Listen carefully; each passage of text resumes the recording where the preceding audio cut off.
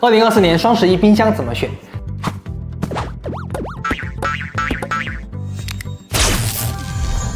眼瞅着时间越来越紧了，那各个平台呢也开始发力补贴，评论区也有人等不及了，催我来一个冰箱大盘点。我都看见了，这不实现大伙的心愿了吗？一起来看一下双11最该买哪一款，盘点一下到底哪一款的冰箱性价比是最高的。选冰箱到底要看什么？这是不少人会疑惑的点，以至于在众多款式里面云里雾里，无从下手。其实最快的方式就是在购买之前就得先弄明白自己的需求是什么。第一个需求，你是否做嵌入式？如今呢，嵌入式的冰箱基本占据了大半壁的江山，甚至价格都卷下来了，成为很多人的选择。要是你有这个需求，而影响冰箱嵌入效果的尺寸、颜色、面板材质问题都需要考虑好。为什么这样说呢？先是尺寸问题，好比如你先预留橱柜尺寸，再去挑选冰箱，各家冰箱尺寸、大小、款式都不一样，结果挑回来冰箱和预留尺寸是不一样的，导致嵌不进去。一方面是不太美观，另一方面正常的橱柜尺寸深度是在600毫米，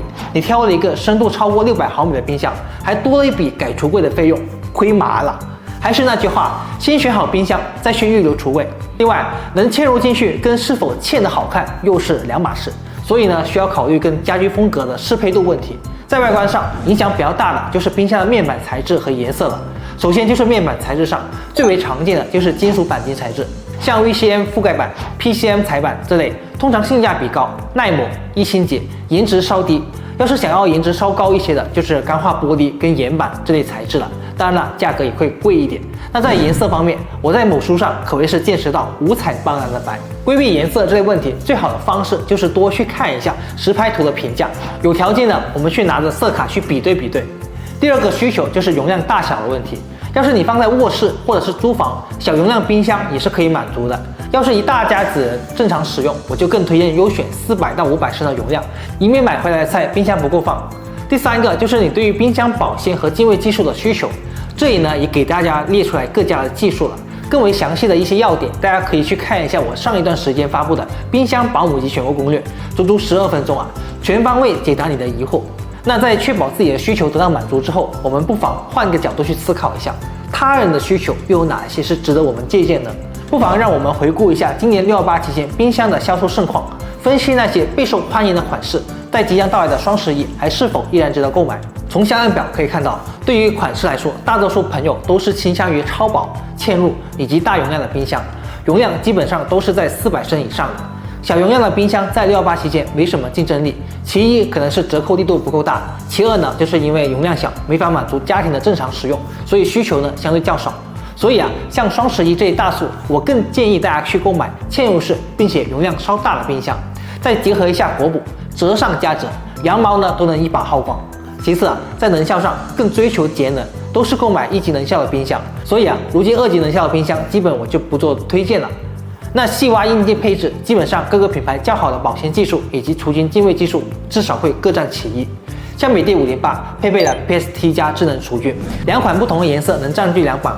大家伙的眼光还是挺毒辣的。所以呢，我也会在销量表前20挑选出部分的型号进行盘点，选出性价比高的产品。同时从配置、价格等方面去唠一唠，跟旧品相比，24年新品还值得买吗？大家可得提起精神了。在3000以下，首先是在618排行 TOP 20的美的607，这一款呢容量较大。如果说你在观望这一款的话，我更建议直接别看了。其实华凌的610更加适合入手，价格呢直接不到2000，配置上跟美的607不相上下，容量上也有610升，冷冻力高达8000克每12小时，非常适合爱囤物的家庭。当然了，如果想要嵌入式的话，那么直接可以冲今年上新的华凌小冰棒，60厘米超薄零线，什么概念呢？就是3000出头价位段，但是可以做到美的主打 M60系列的深度，并且还是彩色系的配色，多巴胺的风也是吹到了冰箱，属于是别具一格的一款，可以作为家居风格的点缀。预算往上加个1000到4000左右，就是618 TOP 20的美的508了，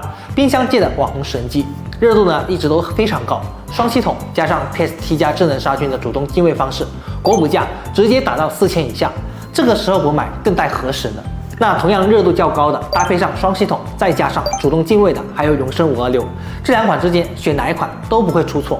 当然呢，我目前看美的508价格稍微低个300块左右，价低者就略胜一筹了。618排名里面 TOP 20的海尔500在双11同样推荐， 26档的宽幅变温，搭配上拿手的 EPP 超清系统，在精卫除菌上拿捏住了。深度呢是622毫米，买这款就得注意一下橱柜预留尺寸问题了，以免嵌不进去。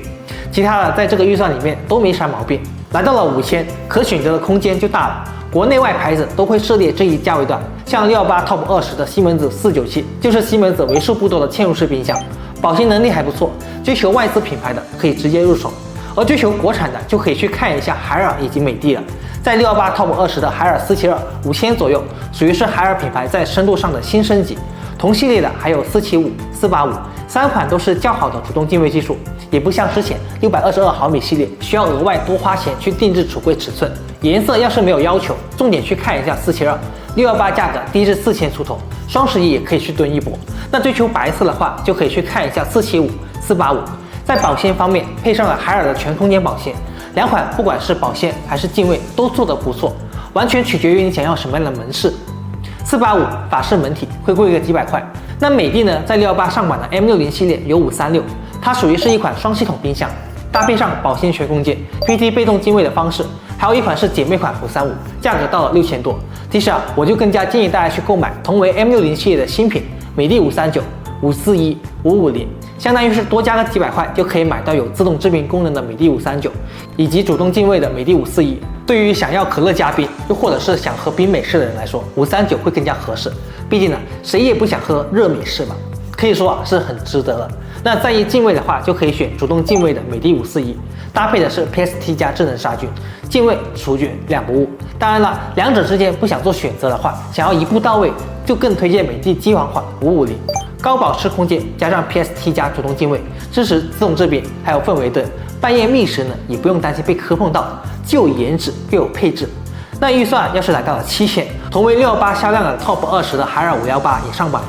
618期间7099的价格，可能是银色国瓷外观足够的吸引人了。当然了，在配置上基本拉齐了海尔在冰箱上的最高配置了，全空间保鲜加上 EPP 超清系统，变温区空间大，储物更加灵活。如果在双11期间，要是价格跌到7000以下，也是值得入手的。此外，在销量表上，其实消费者对于小户型冰箱的需求也是挺高的。如果你家是小户型，但是想拥有大容量的，可以重点关注一下以下这几款，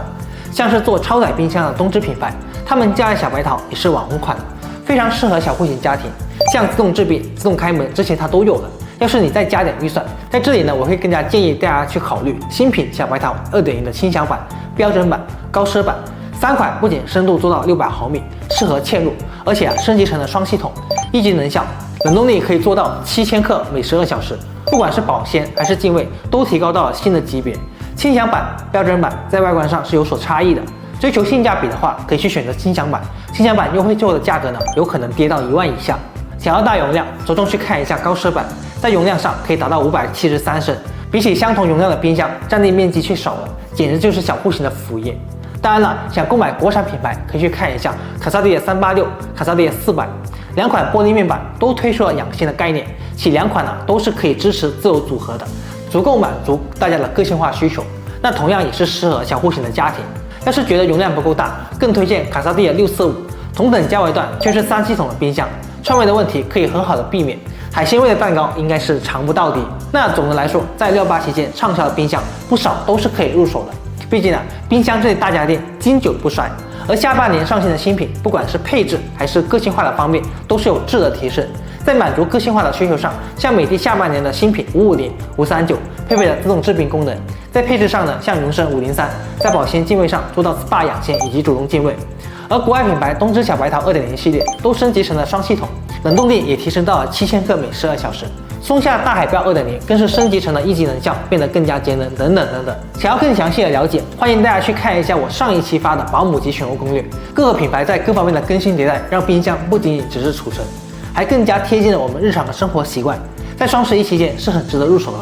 好了，冰箱盘点视频就到这里了。当然了，大家要是还是有新的问题，可以在评论区留言，我会给大家一一解答的。